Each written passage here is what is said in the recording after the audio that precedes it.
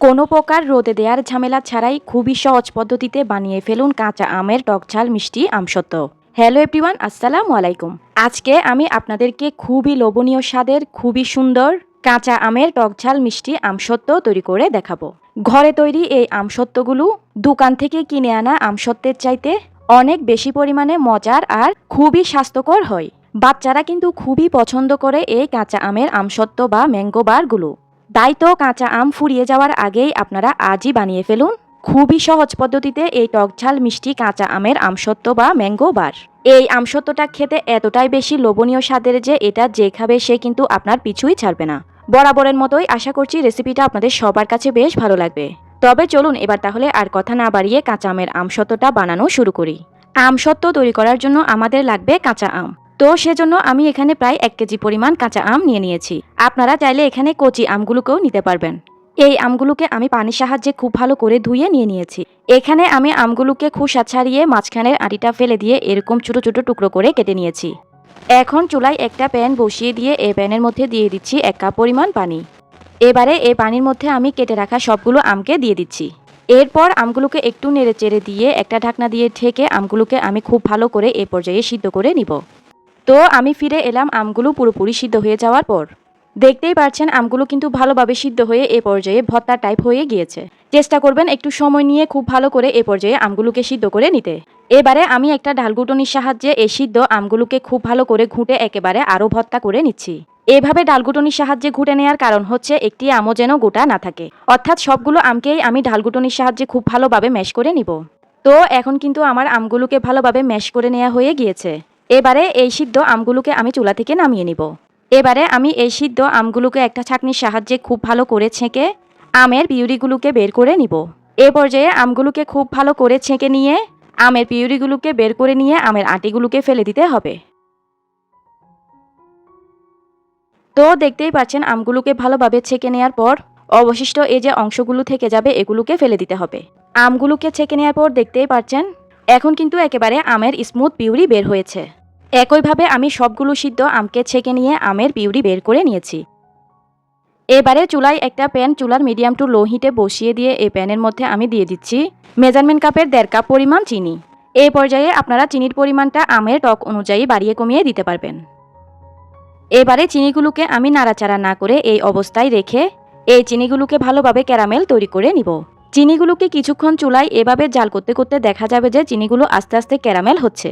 তো আমার চিনিগুলো কিন্তু এখন ক্যারামেল হয়ে গিয়েছে। এবার আমি চিনিগুলোকে একটু নেড়েচেড়ে মিশিয়ে দিচ্ছি। ক্যারামেলের কালারটা কিন্তু কোনোভাবেই অতিরিক্ত কালো করতে যাবেন না, সেক্ষেত্রে কিন্তু ক্যারামেলটা তিতা হয়ে যাবে, তখন কিন্তু আমসত্ত্বটাও তিতা হয়ে যাবে। এখন কিন্তু আমার সবগুলো চিনি খুব ভালোভাবে গলে ক্যারামেল হয়ে গিয়েছে, আর ক্যারামেলের কালারটাও কিন্তু একেবারে পারফেক্ট আছে।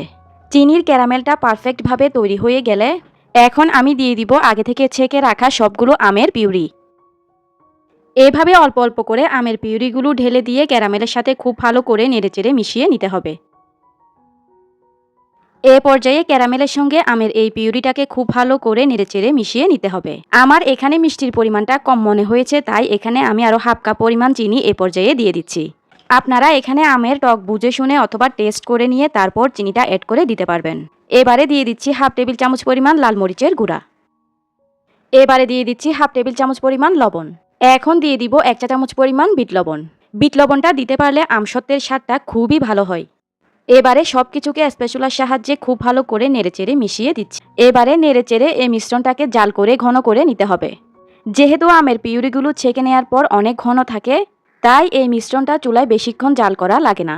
অল্প সময় জাল করলেই কিন্তু মিশ্রণটা এরকম ঘন হয়ে যাবে।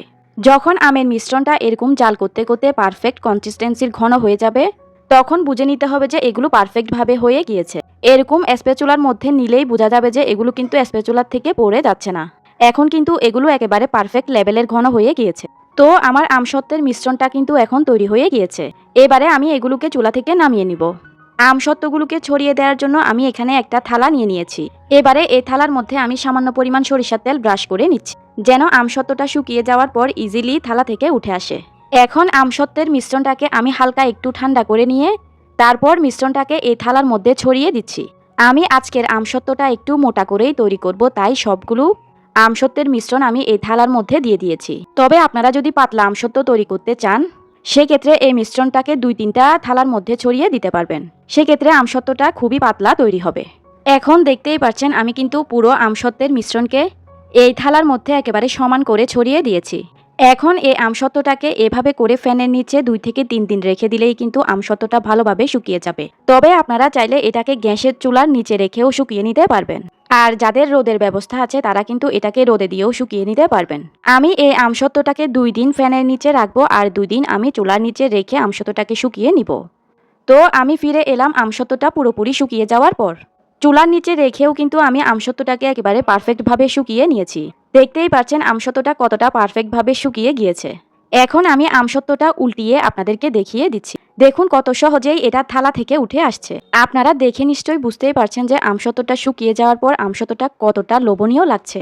এই আমসত্ত্বটা খেতেও কিন্তু অনেক বেশি মজার। দোকানের কিনা আমসত্ত্বের চাইতে অনেক বেশি পরিমাণে মজার এই আমসত্ত্ব। এবারে এই আমসত্ত্বটা আমি আপনাদেরকে কেটেও দেখিয়ে দিচ্ছি। দেখুন ভিউয়ার্স, এই আমসত্ত্বটা কতটা পারফেক্টভাবে কেটে নেওয়া যাচ্ছে। এই আমসত্ত্বটা কিন্তু একেবারে হুবহু দোকানের কিনা ম্যাঙ্গো বারের মতোই হয়েছে। আমি আমার পছন্দ অনুযায়ী স্লাইস করে এগুলোকে কেটে নিচ্ছি। আপনারাও আপনাদের ইচ্ছা অনুযায়ী এগুলোকে শেপ করে কেটে নিতে পারবেন। মাত্র 1 কেজি পরিমাণ আম দিয়ে কিন্তু আজকে আমার অনেকগুলো আমসত্ত্ব তৈরি হয়েছে।